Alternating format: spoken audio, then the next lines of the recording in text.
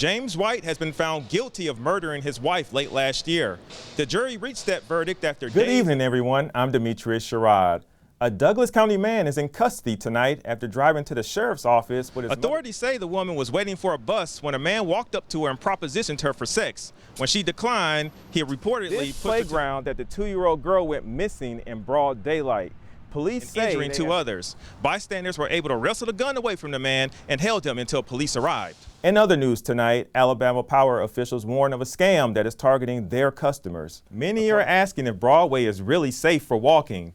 This after another pedestrian accident in the heart of downtown. Parents are protesting mask mandates in schools, and we talked to groups who are on both sides. It's quite unusual that growing teenagers will give up food, but that's exactly what these teens did. Police say the man was an employee of this post office for 10 years, but was recently let go due to layoffs and kicked her in the head. The man then fled on foot and is still at large. Reporting in Atlanta, I'm Demetrius Sherrod. A school and local community are mourning the loss of a classmate and friend after a man was discovered dead from a gunshot wound in an off-campus apartment. Meanwhile, police say the search is still on for the killer. Some students had their Monday night turned upside down after hearing the tragic news regarding one of their classmates. As the news sank in, it was still hard for many of them to understand. I thought, he was going to call me at some point. Just be like, yeah, I'm over there. They playing.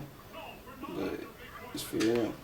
According to reports, officers responded to a burglary call at Stones Creek Apartments earlier this week when they found the victim shot to death. Students couldn't believe who it was. It wasn't until we heard from his sister that we knew it was actually Coogee. So then after that, we just had a semi-breakdown about it. Police identify him as Mikhail Shakir, who went by the nickname Coogee. Those close to him say they hope the person responsible is brought to justice. I mean, hopefully, the guy who did it or girl, I don't know, they should get what they deserve because, they really took a special person. Those who knew him say Shakir's positive qualities make it even more difficult to understand how someone could do this to him. It's sickening. It's like he was in school trying to become successful. He was on the right path, and for someone to take that away from him, it's like, why? Friends say Shakir was always smiling, and they never saw him upset. And he was always happy, and he always asks, how was your day? He's always caring and loving, and he's a great person.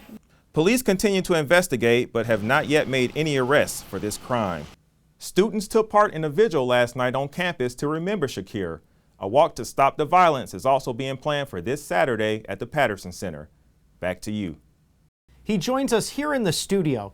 Tell us about this story. Many are asking if Broadway is really safe for walking. This after another pedestrian accident in the heart of downtown. Those who frequent the area say this has been an ongoing issue. 4 people were struck by a car on Broadway just before 3 o'clock this morning. 2 men and 2 women were hit. They were taken to the nearby medical center with non-life-threatening injuries. Officers say they are working to gather surveillance from businesses in the area. And they've spoken with several witnesses who indicate that the pedestrian stepped out in front of traffic without looking. The driver of the vehicle that struck the pedestrian stayed on the scene. He submitted voluntarily to field sobriety testing. There is absolutely no indication that the driver of the vehicle was under any sort of influence of alcohol or drugs. Charges are not expected against the driver. Police continue to stress that pedestrians should always use the crosswalks when walking across the street. Back to you at the news desk. Thank you for that report. In other news tonight, police are continuing to investigate a home invasion that took place on Greenwood Drive. Residents say they are shocked that a crime of this magnitude could happen in a community that is normally quiet and safe. Peaceful is how you could describe this suburban neighborhood most days, but that is not a term residents would use to describe what happened last night. Never any noise or robberies or anything here. For 20 years, we don't know why they were targeted. We just hope they catch them. Police say around 8 p.m., 2 suspects entered this home and allegedly shot the male homeowner and badly beat his wife. The couple was taken to a nearby hospital. Neighbors say it's not unusual for the victims to have visitors stop by. They have company a lot, so, anybody just coming to their door, we just can't go, oh my God, who's there? Because we've lived here for 20 years and it's never been any trouble. Yeah, not thinking of problems like that. Neighbors say they are being told the suspects went into the victim's house and asked for help and believe the female resident was alone at first, with the male coming home after the suspects had already entered the house.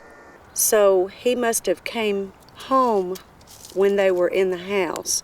It was a woman and 2 guys. Detectives say they plan to speak to the couple today to learn more about what happened.